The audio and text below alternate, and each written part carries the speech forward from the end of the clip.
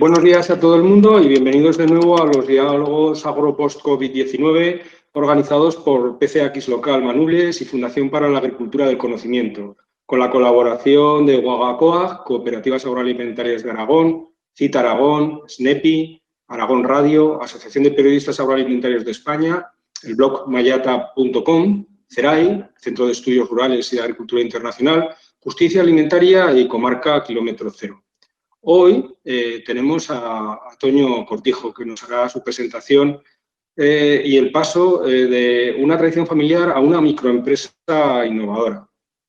Toño Cortijo está al frente de Pacharán, que es una microempresa elaboradora de pacharán artesano, de harinas recogidas y seleccionadas a mano en la Partacua, que se ubica en el Valle de Tena, en los Pirineos aragoneses. Para recoger estas hendrinas esperan a que tenga una sazón interesante como es que haya helado, que suele suceder en torno a pilares, y una vez que tiene las hendrinas limpias, las pesan y las introducen en depósitos durante una serie de meses para convertir un anís con poquito sabor en un pacharán excelente. El último proceso es el filtrado, para lo cual utiliza un día especial vinculado a la producción y a festividades de Aragón, convirtiendo en algo mucho más propio este licor que siempre se ha elaborado en nuestra región, pero que a nivel muy inferior que en otras comunidades autónomas. No solo elabora un pacharán tradicional, sino que hace gala de su innovación y sus ideas creativas, haciendo otro montón de tipos de pacharán. El punto de elaboración es en su pueblo, en Tramacastilla de Tena, en Huesca. Y bueno, ya doy paso a Toño para que nos comente su proyecto, que realmente es interesante, muy interesante y muy chulo. Bueno, muchas gracias por la presentación. Soy Toño Cortijo, como decías, desde hace unos años en Tramacastilla hago este pacharán que, bueno, he ido viendo y alguno de los que estáis ya lo conocéis. La idea surgió un poco en casa. Nosotros desde siempre hacíamos pacharán. A mí la receta me llegó a través de mi padre y a él le llegó por su familia. Y bueno, empecé a darle forma a esto y llegó un momento que se convirtió en realidad. En el nombre quisimos poner mucha información en tan solo una palabra. Entonces, Pacharán es una contracción de pacharán, artesano y partacua. Bueno, pacharán es porque es el licor que hacemos, artesano porque todo el proceso es a mano, y la partacua es la zona donde recogemos las hendrinas. También en el logo queríamos que representara un poco la idea de esto y bueno, salió la hendrina con una huella dactilar que es, bueno, los que hayáis recogido hendrinas, la hendrina tiene una película como azul por fuera y al recogerla se quita y según cómo las coges pues queda tu huella dactilar. Entonces, bueno, en gran parte de las hendrinas que recojo está mi huella y si no, de mi familia o de amigos que consigo que me ayuden. Y si os parece, había preparado una pequeña presentación con imágenes para ir apoyándome en ella. También si tenéis cualquier duda, por favor, ir escribiendo que luego las resolveremos. Entonces, bueno, aquí tenéis el logo. Pacharán surgió como un complemento para el hotel que tiene mi familia. Y nos pareció una buena idea de atraer clientes, de hacer una excursión con ellos, de que pasaran un día por el monte recogiendo las hendrinas. Y aquí podéis ver unas fotos del primer año que lo hicimos con los clientes. La gente se lo pasa muy bien porque el pacharán es un licor bastante conocido, pero yo creo que no hay mucha gente que lo haya hecho y que sepan, que se hayan pinchado con un hendrino y que lo pasen por allí por el monte. Entonces, bueno, aquí tenemos una imagen de los clientes recogiendo las hendrinas, con las hendrinas ya recogidas. Y luego les hacíamos una pequeña cata para que vieran las posibilidades que hay, que no se quedaran en el pacharán de siempre, que por supuesto está muy bien, pero bueno, que tienes la posibilidad de personalizar tu pacharán al máximo. Hay gente que le puede sonar chocante según qué tipos de pacharán. Yo en su día se me ocurrió hacer unos cuantos. Aquí tenéis diferentes muestras de los que hicimos. Y bueno, no es que quedaran malos, sino que a lo mejor tuvieron menos aceptación o no sé cómo decirlo de una forma más políticamente correcta, pero al final de todos los tipos de pacharán que hice nos quedamos con los que más nos convencían y con los que más le gustaron a la gente. Entonces, bueno, tenemos el pacharán tradicional que lleva las endrinas, café y canela. Es la receta de siempre, bueno, apenas la he cambiado, solo un pelín de lo que hacíamos en la familia porque, bueno, era para darle un toque un poco personal. Aparte de este, que sería el tradicional, hacemos también pacharán con menta. La menta es menta silvestre de Piedrafita. Y la idea era no que fuera un licor de menta con sabor a pacharán, sino que fuera un pacharán con un toque de menta. Y es un poco la idea que hemos extrapolado a todos los demás pacharanes que hacemos. Aparte, bueno, el de pimienta rosa era por darle un toque muy diferente. Es un pacharán muy aromático, tiene otros toques. Y este, bueno, a la gente le choca un poco al principio, pero está rico. Después hacemos un pacharán picante que, bueno, este fue quizás el más arriesgado, porque en su día pensé que me iba a gustar solo a mí, que me lo iba a tener que beber yo todo y, bueno, entonces decidimos, en vez de hacerlo en 100 litros de capacidad, este lo hacemos en un depósito que es de la mitad de tamaño. Entonces, bueno, salen en torno a 77 botellas al año. Y para sorpresa es en proporción el que más rápido se vende, porque claro, obviamente hay menos botellas, pero a la gente le produce un poco de rechazo al principio, pero luego gusta. Después, este es el último que hemos hecho, es el pacharán de naranja. Hemos utilizado naranjas de Valencia. Lo que hacemos es lavarlas muy bien por fuera, cortarlas a la mitad y meterlas debajo de las endrinas para que estén los 6 meses de maceración allí. La única diferencia grande que tiene con los otros pacharanes es que este lleva el doble de canela de lo que llevan los demás. Y la idea era un poco porque yo pensé que la cáscara de la naranja le aportaría más amargor y entonces lo queríamos tapar con la canela. Y la verdad que, bueno, ha quedado un pacharán que a la gente le llama bastante la atención. Luego, bueno, otra de las innovaciones que hemos hecho con el pacharán es hacer unos procesos de envejecimiento en barrica. Hicimos una prueba con una barrica chiquitina, que más adelante saldrá en una foto, y bueno, vimos que la barrica le aportaba cosas muy interesantes.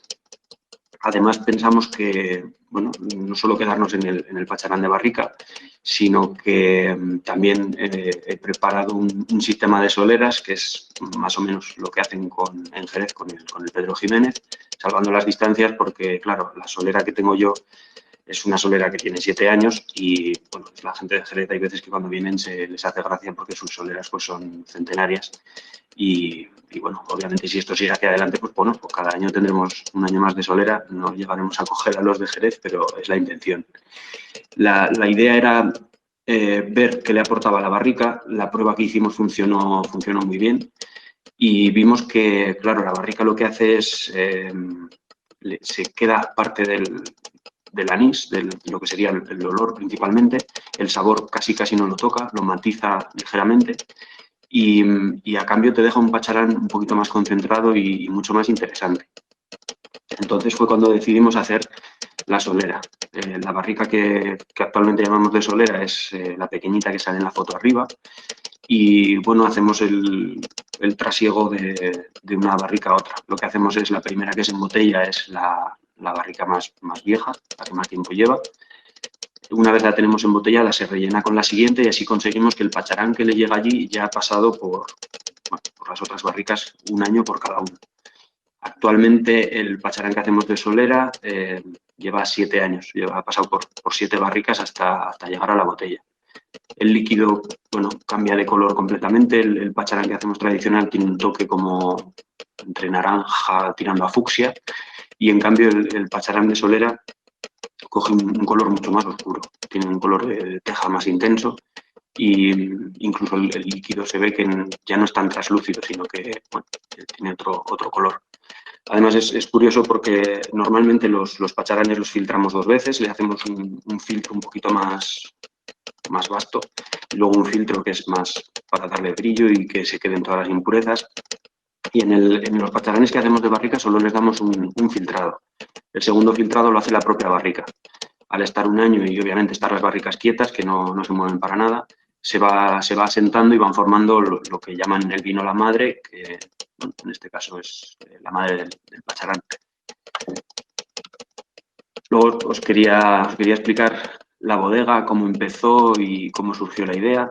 Esto es una casa que está en la calle Chameriana, en Tramacastilla, y en esta foto se aprecia, aunque no del todo, que hay una esquina que está soterrada. Si os fijáis, las ventanas son las ventanas de la parte inferior. Esta esquina que está más a la izquierda está enterrada y la esquina que está más a la derecha está bueno, fuera de la calle. Entonces eso, como bodega, le da un punto muy interesante porque el almacenaje lo hacemos en el lado que está fuera de la calle y en el lado que está soterrado tenemos ahí las barricas porque hay mucha más humedad y eso nos favorece que las barricas se mantengan. Aquí, bueno, he puesto una serie de fotos de lo de la obra. Supongo que los que hayáis hecho obras sabéis el destrozo que es, porque nada va a tiempo, todo lo que puede salir mal sale peor y, bueno, es una historia tremenda. Entonces, esto es un poco la transformación de vivienda a la bodega de Pacharán. Tuvimos que hacer una separación que nos exigían. Sanidad nos pedía que hubiera una separación física entre la zona de maceración y la zona de elaboración y bueno, al final optamos por hacerlo en madera. Luego los colores que utilizamos, mi intención era que diera forma o sensación un poco como de bodega, de cueva y pensé que pintarle el techo en negro pues favorecería bastante. Me costó un tiempo convencer al pintor porque decía que quitaba mucha luz, que fíjate, pero bueno, al final lo convencí y lo que hicimos fue pintar la zona donde trabajamos la endrina, la pintamos en azul, un poco por hacerle ese guiño a la endrina. La zona donde hacemos la maceración del pacharán está pintada en rojo, porque es donde el pacharán adquiere ese color, y pintamos el techo en negro. Luego lo que hicimos fue en la zona donde tenemos las barricas, quitamos el tabique que había y sacamos la piedra que había original de la casa. Antes de ser una casa fue una cuadra y bueno, aquí tenéis, esta foto está hecha desde la zona de elaboración y al fondo tenéis la zona de maceración y donde luego están las barricas. Esta foto la he puesto porque, bueno, cuando empecé con la bodega era un sitio todavía más chiquitín de lo que es ahora y, bueno, en un momento determinado tuvimos que hacer una ampliación y ampliamos hacia el corral, entonces esta ventana hoy en día es una puerta. Entonces aquí tenéis la foto de la ventana por el exterior y esto que era un corral que estaba, bueno, no le hacíamos mucho caso, decidimos ampliar hacia allí, levantar el muro y ahora se ve, bueno, ahora no se ve así porque ya hemos quitado la hormigonera, pero esto es cuando terminamos la obra, que bueno, podéis imaginar, una obra no es lo mejor, pero cuando haces una pequeña ampliación, tienes que hacer una zona nueva, adaptarlo a una casa vieja, pues bueno, todo eran historias, pero al final hemos conseguido un espacio mucho más cómodo, un espacio más amplio. Y bueno, aquí tenéis la escalera que hemos hecho nueva para subir al piso de arriba. Y así es como ha quedado ahora. Tenemos mucha más luminosidad. El hueco de la escalera que teníamos antes lo hemos tapado con un cristal que se puede pisar y así nos aporta luz natural, que en aquel rincón si no se quedaba un poco oscuro.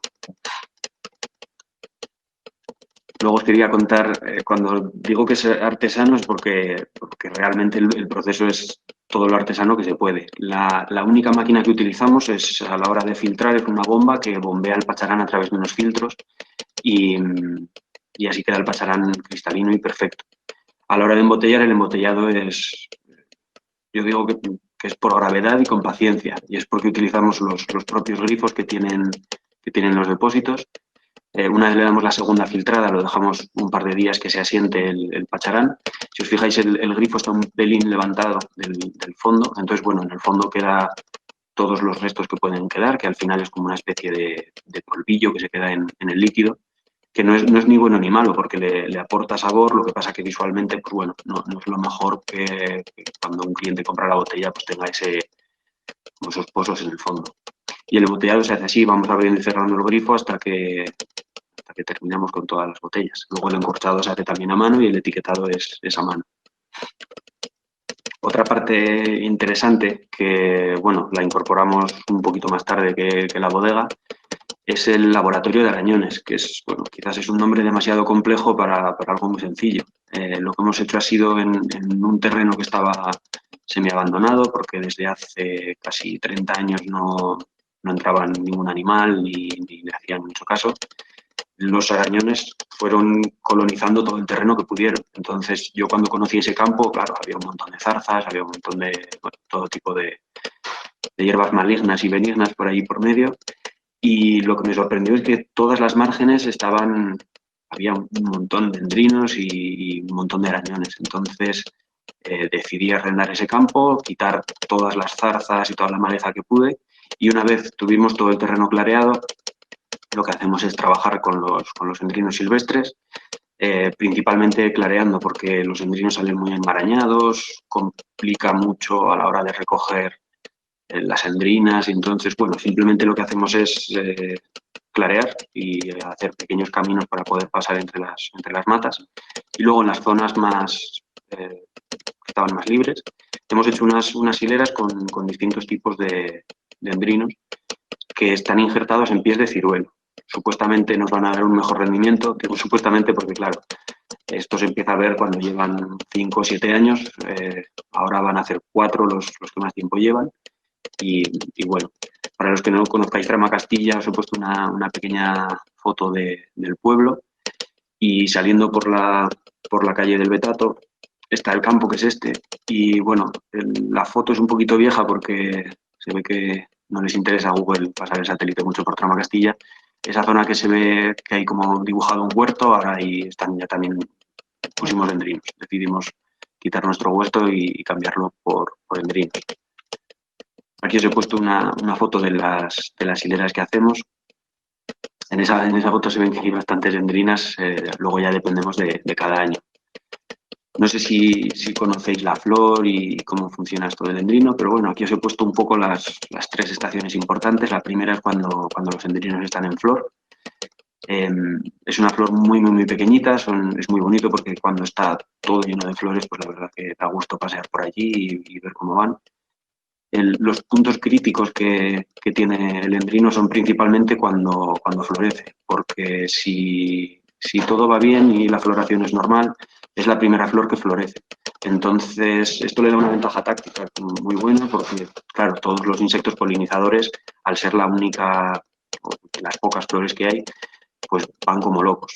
Los inconvenientes son que, claro, si cuando florece tenemos heladas tardías, pues la flor se muere y al no haber flor, pues ya ni insectos, ni fruto, ni nada. Y una vez está en flor, aunque no llueva, perdón, aunque no hiele, si llueve un poco fuerte, pues también se cae la flor y bueno, son momentos un poco peculiares. Y más con estos cambios que estamos teniendo ahora con las temperaturas, porque nosotros este abril, por ejemplo, fue espectacular, tuvimos muy buena temperatura, florecieron muchos endrinos y yo me temía que luego viniera una helada y bueno. Gracias al laboratorio también estamos aprendiendo mucho de los endrinos porque nos permite fotografiar y llevar un seguimiento más constante de cada planta, y vamos viendo evoluciones y vamos viendo cosas que de otra manera no podríamos. La flor, la siguiente foto, la de la derecha, que se ve una flor con la endrina ya formada, es otro momento que es muy chulo, que es cuando vas viendo las endrinas que han sido polinizadas y las que no, y entonces esa pelotita verde va empujando la flor seca, se le queda como una corona hasta que se va cayendo, y si todo va bien, luego en la foto de abajo tenemos ya las endrinas. Lo ideal es que fuera así todos los años, pero hay distintas cosas que interceden con los endrinos. Otra de las cosas que hemos aprendido es que esta foto que se ve como que los endrinos tienen las puntas como blanquecinas es por los pulgones. Los pulgones atacan a las partes más jóvenes de la planta, deteriorándolas bastante, incluso muchas veces llegan a cargarse todas las hojas y se queda solo el palo. Y es curioso porque yo he descubierto que las hormigas pastorean a los pulgones y los llevan donde les interesa, porque luego las hormigas se comen este residuo blanco. Y nuestro mejor aliado son las mariquitas. Podéis buscar vídeos en YouTube, que es increíble, de mariquitas comiendo pulgones. A mí me recuerdan un poco a esas películas de Godzilla cuando llega a la costa y empieza a cargarse todos los edificios, porque claro, ves a la mariquita y parece adorable y realmente lo es, pero para los pulgones no, se comen una barbaridad de pulgones al día. Y bueno, intentamos hacer todo lo posible para que las mariquitas se queden en nuestro laboratorio. Lo que pasa es que, bueno, yo creo que no hay mariquitas suficientes y también, claro, los pulgones tienen su derecho a estar por allí. Pero bueno, Y esto es una cosa que os quería enseñar, que hemos visto este año que está ocurriendo. Esa foto es de ayer, las dos son de ayer.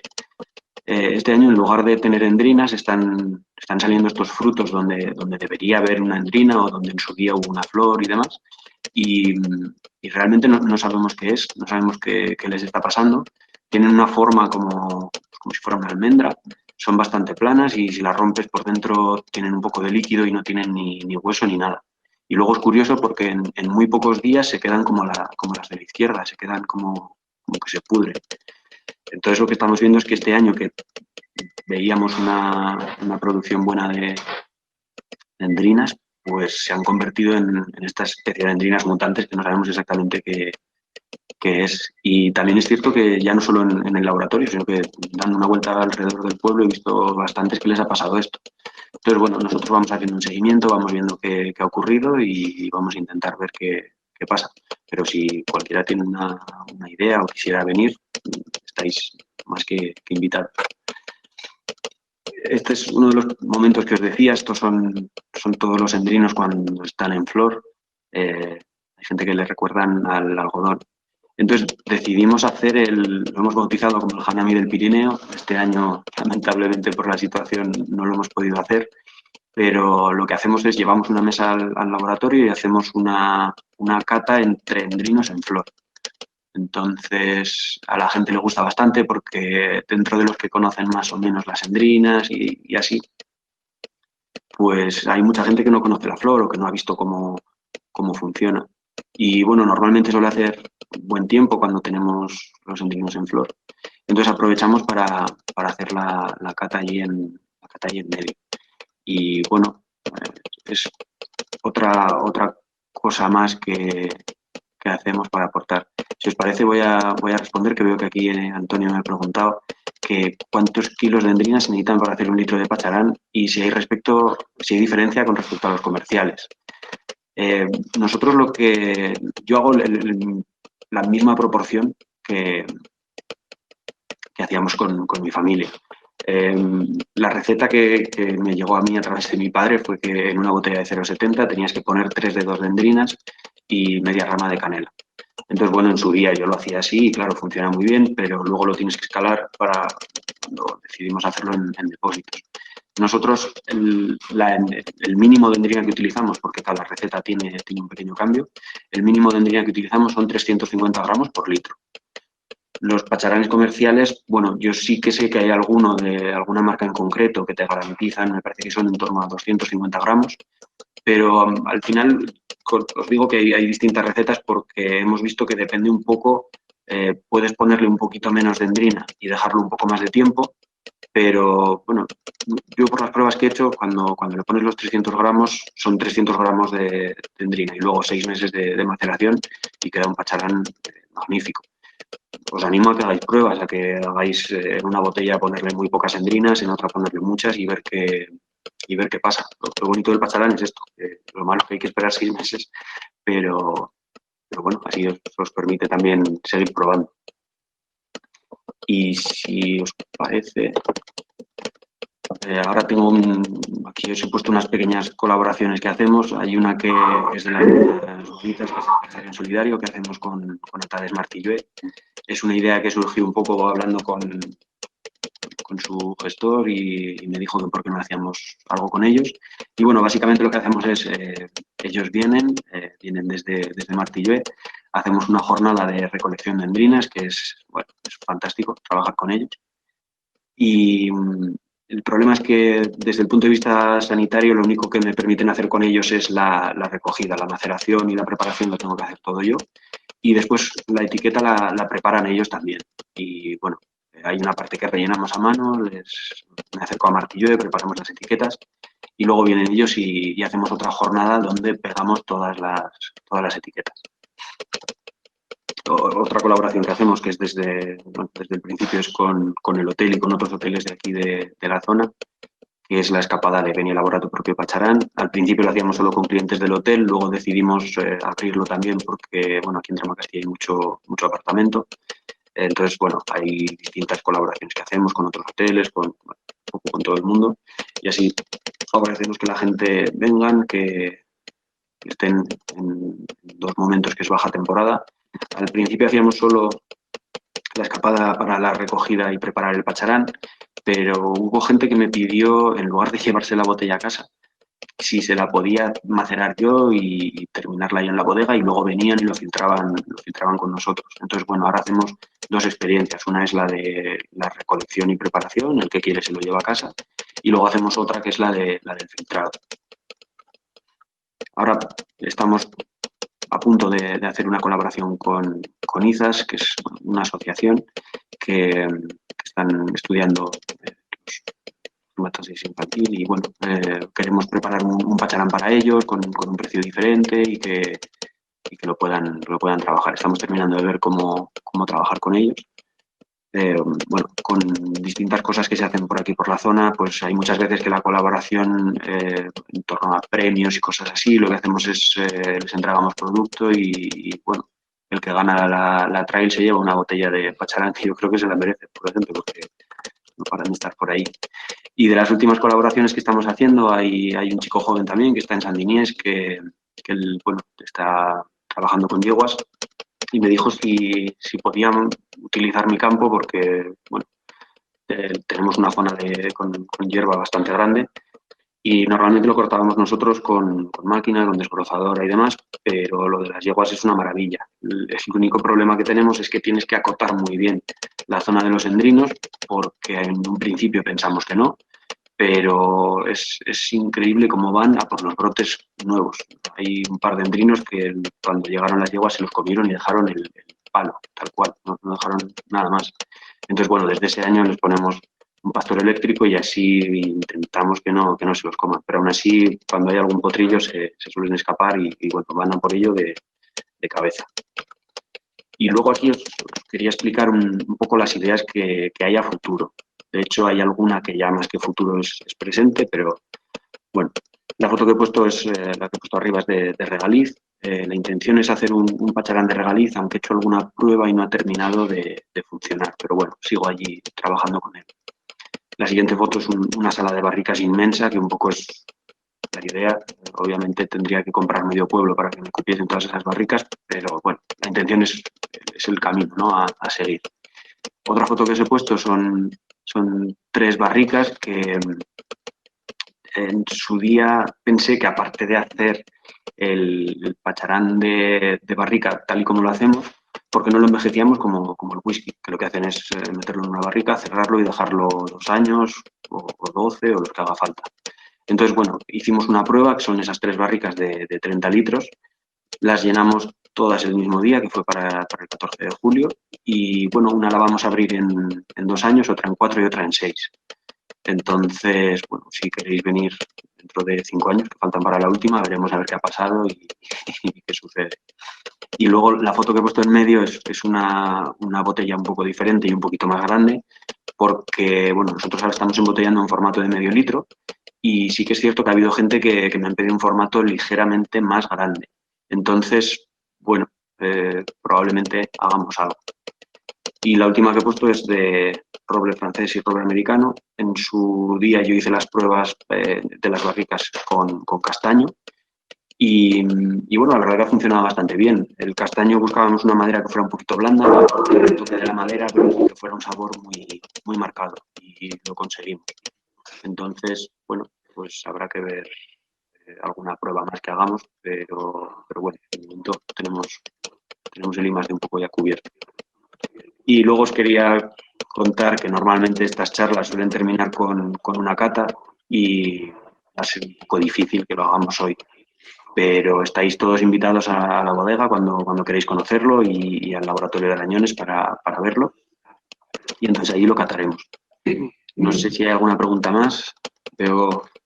Sí, bueno, ahí en el chat aparece. Primero, felicitarte por tu aspecto innovador, que tal cual es así. O sea, la variedad de pacharanes que haces es impresionante, y las ideas que tienes son, bueno, cada día nuevas, diferentes, y además que están muy ricos. Yo doy fe, ¿vale? He probado varios de tus pacharanes y están excelentes. Mira, nos preguntan desde Futa del Manubles, ¿Sí? que les interesa bastante la parte del cultivo del arañón. Dice, Sí. porque comenta que en muchas zonas de Navarra el cultivo está muy asentado. Que ¿cómo verías tú la viabilidad de ese cultivo y sobre todo esa adaptación a zonas de altitud? Vale. Yo cuando empecé a hacer esto del laboratorio de arañones fue porque contactó conmigo un señor de Navarra que él se dedica a vender endrinas. Entonces yo le expliqué que endrinas no necesitaba, porque endrinas afortunadamente tenemos el pueblo rodeado, pero no sé muy bien por qué hicimos buena relación. Es un hombre que está a punto de jubilarse, le chocaba que alguien joven se preocupara por esto. Y bueno, me invitó a ir a su pueblo, a conocer lo que estaba haciendo y yo aluciné porque, claro, allí donde estaba él es un pueblo de la ribera, están a 400 metros de altura y tienen unos endrinos que miden más o menos pues, en torno a 3 metros de alto, que sacan un rendimiento de unos 100 kilos por árbol. Y claro, yo los endrinos que tenemos por aquí, en el campo tengo un endrino que lo hemos bautizado como el endrino centenario, pero porque es el más viejo que tenemos ahí, tampoco sabemos exactamente cuánto lleva. Y entonces yo lo que le dije es que quería replicar lo que él tiene en su pueblo, traérmelo aquí. Sí que hemos visto que aquí evolucionan mucho más despacio. En Tramacastilla estamos a 1.224 metros de altura, las heladas cuando vienen nos machacan y honestamente, mi intención es mantener lo que tengo en el campo, pero yo creo que no lo vamos a ampliar más porque tan alto de momento no tiene sentido. Él me explicó que en su pueblo, al principio, los endrinos los plantaban todavía más bajos de lo que los tienen y que poco a poco los han ido subiendo, pero claro, los han subido hasta unos 500 metros de altura. Yo creo que donde estamos aquí en Tramacastilla es demasiado alto. Sí que es cierto que hemos estado mirando algún terreno pues, un poco más abajo, en la zona de Viescas o casi llegando hacia Sabiñánigo, porque allí ya tienes otra altitud y ya es diferente. La intención era probar y ver qué pasaba, pero me parece que Tramacastilla, para tener el rendimiento que ellos tienen por planta, va a ser muy difícil. La intención es o llevarlo un poquito más abajo o poner más plantas y ver qué sucede. No sé si he respondido. Sí, perfectamente. Luego, bueno, ya sabes que nosotros nos copiamos bastante en tu forma de trabajar y en el proyecto y hablo de la recuperación del licor de guindas en el Valle del Manubles. Entonces, nos gustaría preguntarte sobre todo, y en especial, ya bueno, como yo trabajo en temas de sanidad, ¿qué te ha costado más a la hora de emprender tu proyecto? Toda la tramitación sanitaria, que veo que has adaptado perfectamente un lugar que está dentro del pueblo, que está dentro de ese entorno, que no es una fábrica, o sea, con lo cual no es entorno en absoluto, y tienes tu sello de sanidad, ¿o te ha costado más la tramitación a nivel de Hacienda con todo el tema de ese impuesto al alcohol y todo lo demás? Pues es un quebradero de cabeza. Lo que pasa es que, afortunadamente, cuando yo empecé los trámites, yo pensaba que sanidad iba a ser lo peor. Yo, antes de empezar con todo esto, recogí información y bueno, vi lo que necesitaba para, en torno a Hacienda e impuestos especiales. Y me pareció relativamente sencillo. Y en cambio vi lo de sanidad y pensé, ya verás que esto va a ser una locura. Pero bueno, yo lo que hice fue con el técnico que viene por esta zona, hablé con él, le pedí que se acercara antes de hacer la obra, le expliqué lo que íbamos a hacer y bueno, él me dijo 2 o 3 cosas que teníamos que hacer. La sanidad, afortunadamente, es bastante flexible, pero lo peor fue con impuestos especiales. Impuestos especiales me llevó 1 año y medio de bajar y subir a Huesca, de papeles para arriba, papeles para abajo y bueno, es lo que recuerdo con más odio es esa época, ese año y medio. Además, ya teníamos la obra terminada, ya empezamos a macerar el pacharán y claro, yo veía que íbamos a sacar el pacharán y que no íbamos a poder hacer nada, ¿no? No sé qué íbamos a tener que hacer con él. Y os puedo asegurar que por mi cabeza pasó de todo, porque además fue coincidencia, claro, imagínate, bajabas a Huesca, volvías y volvías cabreado, volvías de mala leche, porque tienes párrafos que están escritos en español, pero es que no se entiende nada, porque la forma que tienen de redactar es muy enrevesada. Y yo venía aquí a casa y a mis padres les decía, oye, que adiós, se ha acabado, cerramos esto, tiramos el pacharán, o nos lo bebemos o haremos algo. pero que no puede ser. Y bueno, al final pues fue un poco tozudez, porque esto, una vez empiezas, es sustancialmente fácil, pero arrancar es muy difícil, muy difícil.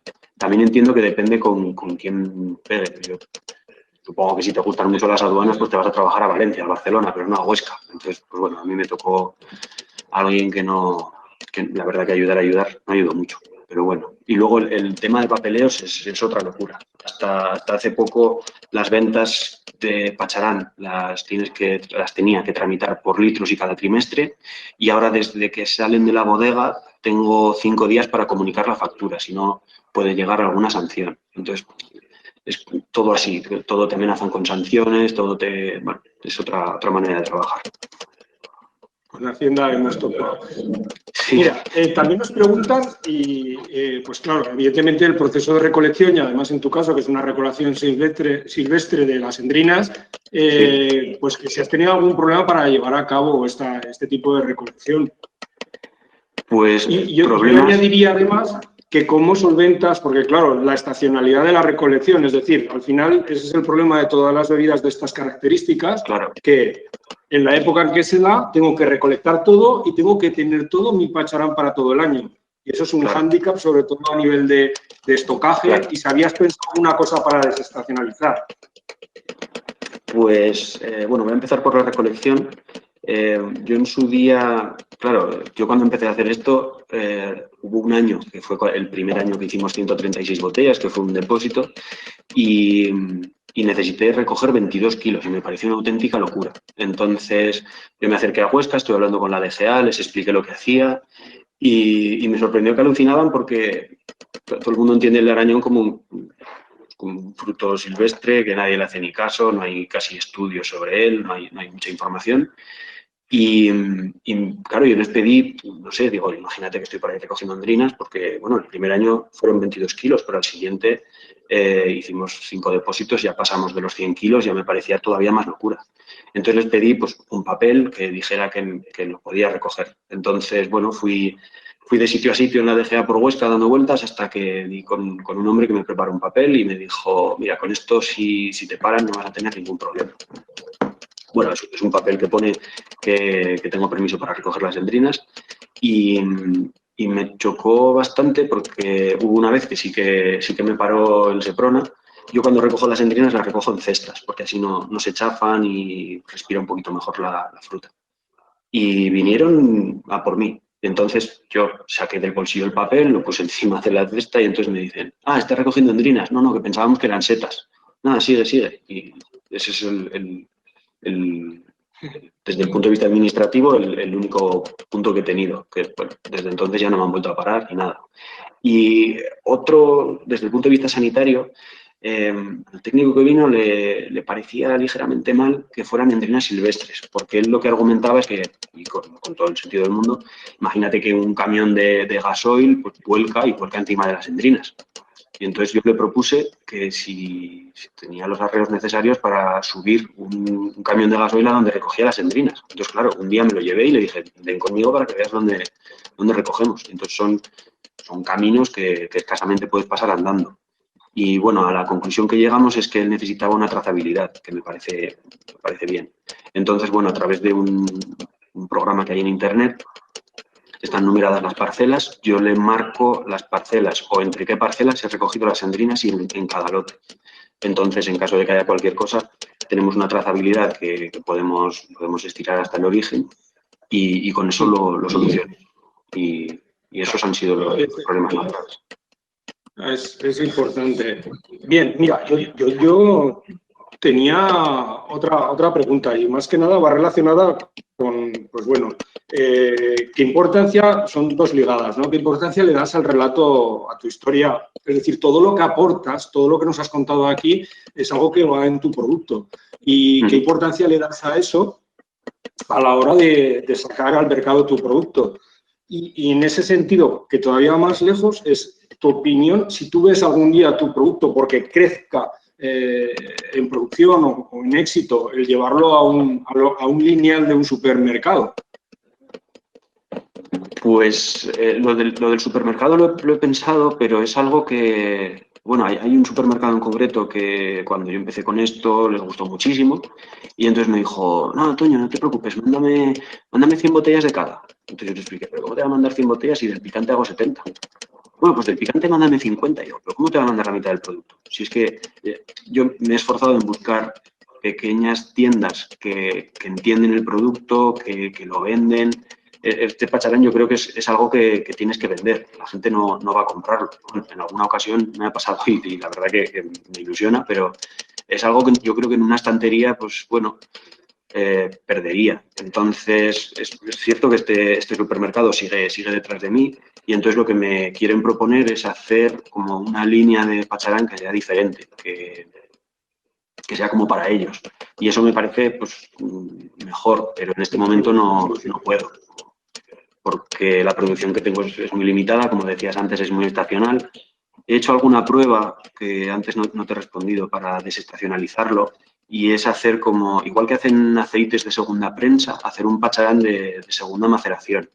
Una vez ha macerado el pacharán y ya hemos sacado el líquido, he probado a volverle a poner anís a esas endrinas que ya han estado en pacharán, o sea, perdón, en anís haciendo pacharán. No queda del todo bien, es algo que no me parece bien. A mis amigos es cierto que son los que utilizo de conejillo de indias, les encantó y se lo bebieron todo, pero empiezo a pensar que no es el mejor test que puedo hacer con esta gente. Y la primera pregunta que me has hecho, repítemela por favor, Toño, que se me ha... Sí, es la importancia que le das, que en cierto modo le has contestado, ¿no? O sea, al relato, es decir, a esa transparencia que transmites con tu propia presencia y con tu propio producto, que es muy personal. Pues te quería decir, fíjate si le doy importancia, que el otro día, claro, me vi en el problema, antes tenía 2 barricas, entonces era muy fácil, ¿no? Uno era el pacharán que hacíamos de barrica, que era el que llevaba un año, y el otro poco a poco se fue convirtiendo en solera. Bien, hasta allí funcionaba muy bien. Teníamos el nombre de solera, teníamos el nombre de barrica. Pero claro, el otro día estuve embotellando y me di cuenta de que, claro, el pacharán de solera, ahora teníamos 2 soleras, luego teníamos otro que es más añejo, luego tenemos otro que es de barrica y luego tenemos una barrica vacía que el año que viene pues será otro más de barrica. Entonces, estuve pensando cómo hacer para diferenciarlos y me gustaba la idea de involucrar un poco, que se viera el pueblo reflejado en esto. Entonces, bueno, volvía de la bodega y le estaba dando vueltas a la cabeza y estaba pensando, ¿y qué nombre le pongo? Pues pensé en ponerle picos, pensé en ponerle barrancos, pensé en ponerle nombres de campos, que son muy graciosos por aquí, por la zona, los nombres que utilizan la gente mayor.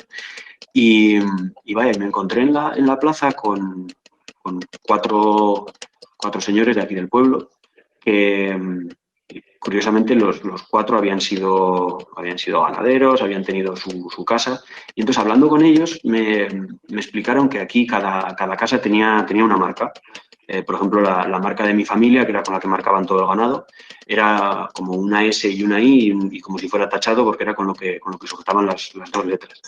Entonces pensé que por qué no cogíamos y marcábamos cada una de las barricas con el sello de la casa, de diferentes casas. Y bueno, volví a la plaza, me llevé un poco de pacharán, que ayuda para convencer a todo el mundo, y les propuse si me podían dejar el sello de cada casa, si les parecía bien que lo utilizara y que un poco que perdurara. Y están encantados. Hoy ha venido el primero, me han traído hace un momento el sello y dentro de poco empezaremos a marcar las barricas, y la intención es que se refleje también en la etiqueta y un poco aportarle historia también al producto. Y la idea es un poco seguir por ahí, por ese camino.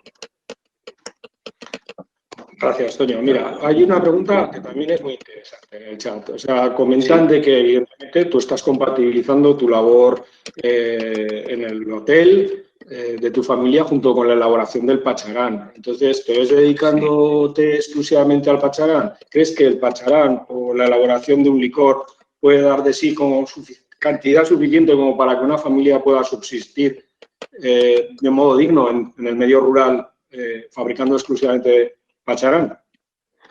Pues yo creo que esto empezó en su día como un complemento el pacharán. Poco a poco se ha ido equilibrando. De hecho, bueno, he estado haciendo números y he estado viendo que bueno, se ha equilibrado bastante.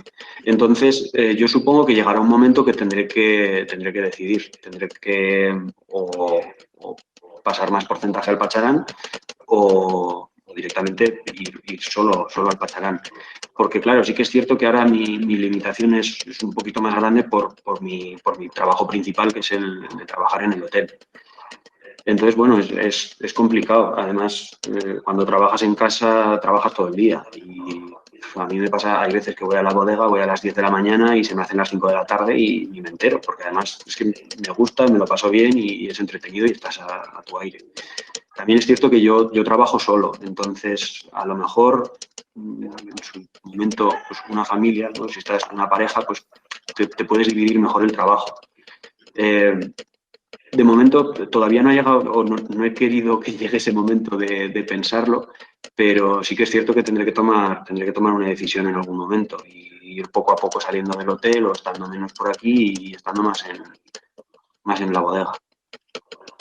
Sí, yo te quería preguntar otra cosa también, y es Sí. que evidentemente, y es como estamos en el tema de que hemos hablado de productos alimenticios, agroalimentarios que van evolucionando. El otro día Carmen Urbano, representando a Aragón en tu mesa, pues comentaba las figuras de calidad diferenciada. Yo, a trasladar a un productor como tú, en este caso, si ves más, o sea, si ves como absolutamente necesario el incorporar alguna de las figuras de calidad que puede emitir la comunidad autónoma en este caso, pero en otros lugares hay otra.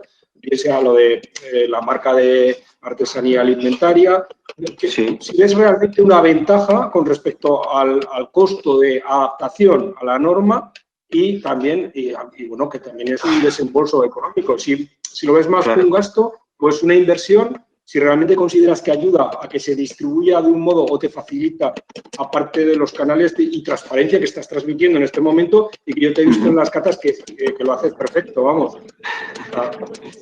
Hombre, yo creo que siempre está bien tener un sello que te apoye. También hay que valorar un poco el desembolso que hay que hacer o la inversión que hay que hacer. Pero yo, por ejemplo, recuerdo la universidad en la que yo estuve era una universidad que era a título propio, no estaba reconocida. Posteriormente creo que la absorbió la Universidad de San Jorge, pero el director de mi universidad era un holandés que había trabajado mucho tiempo en formación de gente en hostelería, y él siempre nos decía que Harvard es un título propio. Al final, tu renombre y tu reconocimiento va en función de tus alumnos y de lo que haces. Y un poco yo creo que si tú tienes un buen producto, confías en él y le apoyas con tu marketing, no es mala opción ir sin sello y ir un poco a tu aire. Pero también entiendo que hay mucha gente que según qué sellos te aporta desde el punto de vista del cliente una seguridad y una constancia de que eso va a seguir bien.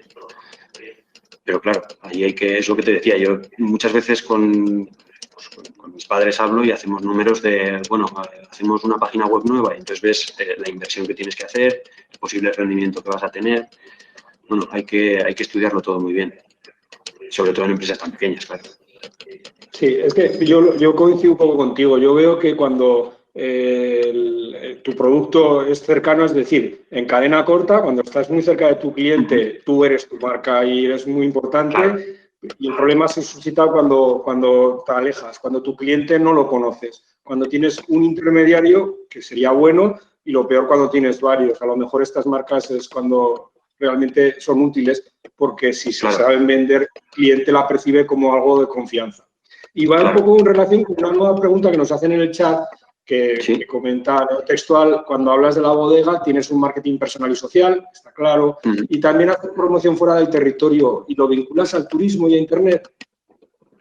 Pues es curioso porque yo antes de tener el producto físico, decidí hacer una página web y bueno, en su momento fue una idea buena. Ahora, pensándolo fríamente, quizás tendríamos que haber esperado un poquito, pero sí que es cierto que la web te da mucha visibilidad, te da mucha imagen, tienes ahí una fuente de información que todo el mundo puede acceder.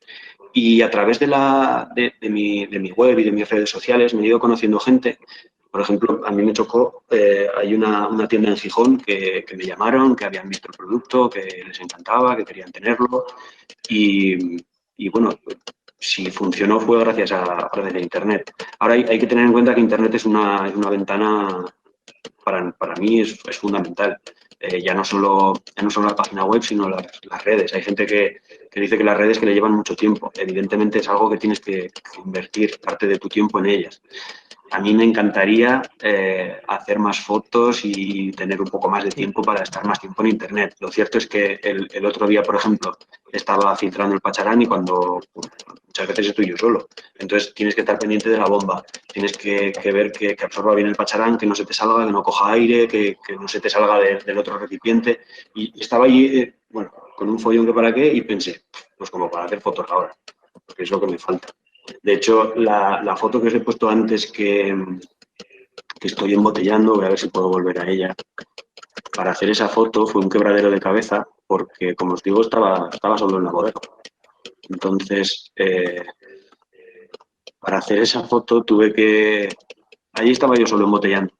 Entonces, tuve que, mientras iba echando líquido en la botella, sin que se me saliera, puse el temporizador del teléfono móvil y sujetándolo con las rodillas hice la foto. Entonces, bueno, yo tengo un amigo fotógrafo que le hace mucha gracia a mis fotos porque, claro, lo ve todo desde un punto de vista mucho más profesional y entonces se pensaba pues que si trípodes, que si historias y al final, bueno, vas tirando de imaginación para conseguir según qué fotos. Entonces, bueno, volviendo un poco a lo de Internet, yo creo que en Internet hay que estar, es necesario. Las redes sociales a lo mejor no te aportan un retorno económico, pero te aportan mucha visibilidad y llegas a gente que ni te lo podrías imaginar. Y desde el punto de vista, yo creo que la página web es incluso más interesante que las redes sociales. Hay que invertir un poquito más, pero es necesario. Sí, está claro, ¿no? Es así. Bien, no, invito a que si quieren preguntarle a la gente más cosas, la vais pasando por el chat y yo se las traslado a Toño. Yo, por último, como cierre, bueno, dos cosas, que esto lo acabo de recordar y además lo habíamos comentado alguna vez. Una es que, claro, que comentes qué haces con las endrinas que has utilizado para la maceración, porque yo sé que las utilizas y les das un aprovechamiento para evitar que sea un subproducto que tiene un costo la eliminación. Claro. Pues es que imagínate, el primer año, lo que te digo, recogí 20 kilos de endrinas, que para mí aquello fue una auténtica locura, y de repente me veo con 20 kilos de endrinas que tengo que tirar a la basura. Entonces yo un poco me negaba a hacer todo aquello. Y bueno, lo que hice fue recoger todas esas endrinas, separamos las ramas de canela y los granos de café que utilizo, y me vine para el hotel.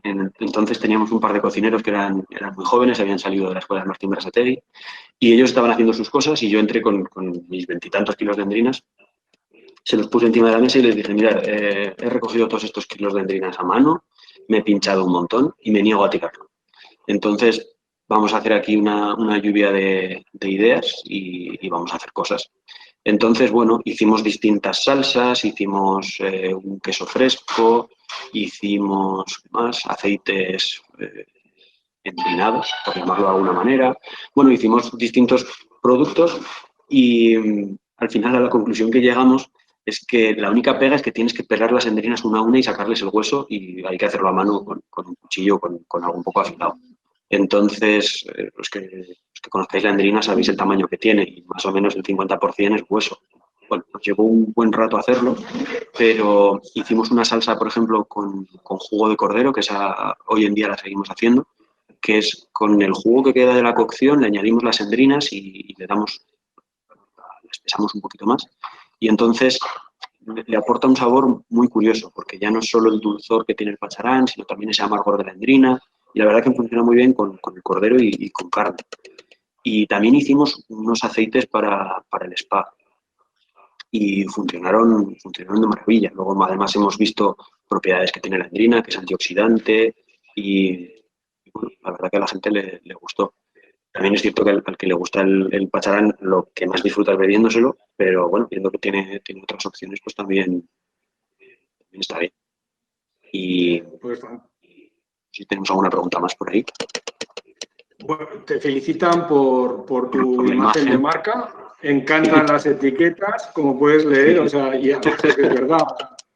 Y es así. Yo como cierre, si no hay más preguntas o no quieres contarnos alguna cosa más, es sobre todo por esta vinculación que desde el Manubrio nos sentimos con tu proyecto por el tema del licor de Lindas, es que ¿cómo animarías a un emprendedor o emprendedora de la zona del Valle del Manules para que se lanzase, si no a 100% en elaboración, digo, como forma o sustento de su vida, sí para elaborarlo, pero de modo pues como tú lo tienes, con una empresa ya formada, aunque sea pequeñita, y sacarlo al mercado y en las condiciones adecuadas?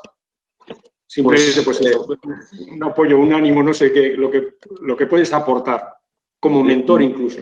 Espero no desanimar a nadie, pero yo lo principal es tener muchas ganas. Pensar que van a salir 1000 cosas que os van a intentar o que va a parecer que te están poniendo palos en las ruedas.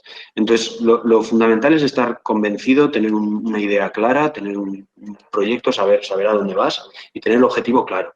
Porque lo que os digo, yo por ejemplo, he conocido a muchísima gente que a lo mejor han empezado un proyecto que lo tenían más o menos ideado y luego en cuanto han empezado a salir trabas han dicho, oye, mira, que no. Y bueno, yo en concreto con según qué cosas que me han pasado, principalmente con Hacienda y con aduanas, que fue lo más difícil, yo a aquella mujer le dije, mire que a muchas cosas me ganará, pero a Aragonés y a Tozudo no lo va a conseguir. Entonces, dígame qué otro papel quiere, que voy a casa y vuelvo y se lo traigo. Dígame qué otra historia necesita, que vuelvo y se lo traigo. Y al final yo creo que aquella mujer debe decir, oye, vamos a hacer algo con este chaval a ver si deja de venir porque es algo que Manolín. Pero es un poco ese tesón que hay que tener y muchas ganas. Y luego yo lo que veía es que a mí el pasaral me gustaba muchísimo y bueno, sigue gustando, que había muchísimas hembrinas y que nadie en el pueblo hacía nada con ellas, nadie. Entonces, claro, era una pena porque a lo mejor estamos yendo a otros sitios a comprar licor, a comprar las hembrinas y luego tenemos aquí un montón que se están pudriendo por los campos. Antes había muchísima ganadería que trabajaba en los campos, que limpiaban los caminos, pero ahora ya no. Entonces había que hacer algo con aquello y me parecía muy triste que aquello se perdiera. Y con esto un poco sería cierre. No, pero seguro que anima bastante. Bueno, ya hemos hablado también del tema que nos tienes que echar en mano para fabricar un licor de guindas que pueda salir este año.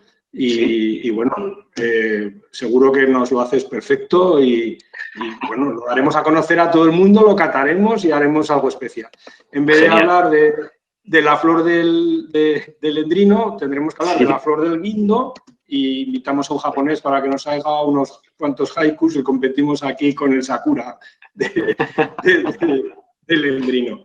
Bien, pues simplemente no hay más preguntas. Si surge alguna te la paso. Es pues agradecer tu exposición, haber estado aquí en los diálogos agro-post-COVID que organiza, pues bueno, los organizadores sería el Aquis Local Manubles, en colaboración con la Fundación para la Agricultura del Conocimiento y con las colaboraciones de Guaga, COAG, Cooperativas Agroalimentarias de Aragón, CITA Aragón, ENESPI, Aragón Radio, Asociación de Periodistas Agroalimentarios de España, el blog Mayata, CERAI, Justicia Alimentaria y Comarca Kilómetro Cero. Muchas gracias, Toño. O sea, gracias a vosotros. He prestado a esta experiencia muy importante y esclarecedora para la gente que pueda montar algo relacionado con las bebidas espirituosas en cualquiera comarca de nuestra comunidad autónoma. Así que veo que no hay más preguntas, pues si os parece nos vamos despidiendo. No sé si Yoli está por ahí, nos cierra todo. Pues no te sabría decir. Hola, buenas. Sí que estoy. Vale. Simplemente no sé si estáis viendo en pantalla la próxima charla. ¿Vale?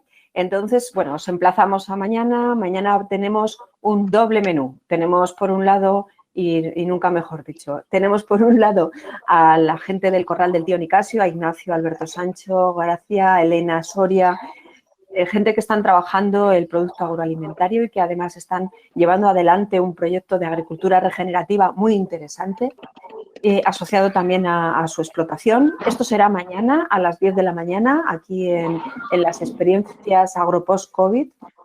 Y a continuación tendremos a Alberto Alfonso, un proyecto que es emblemático en lo social, La Padrina Un Olivo, gente que está desarrollando en Teruel todo un proyecto para la recuperación de zonas abandonadas y en donde no solamente están desarrollando la recuperación de antiguos olivos, la producción de un aceite de calidad y con una marca, al igual que Toño, una marca social en la que hay una componente social muy importante, sino que además ahora ya también han emprendido la parte más turística del proyecto. Como veis, están viniendo aquí experiencias de gente joven, con ganas, y gente que además, bueno, pues les está dando un valor añadido al territorio desde una experiencia de opción personal y profesional de alto valor. Os emplazamos a mañana a las 10 de la mañana en este mismo canal, como siempre, y muchísimas gracias a Toño y a los dos Toños. Gracias a vosotros. Venga, Toño, hasta luego, Yoli. Hasta luego. Adiós. Hasta luego.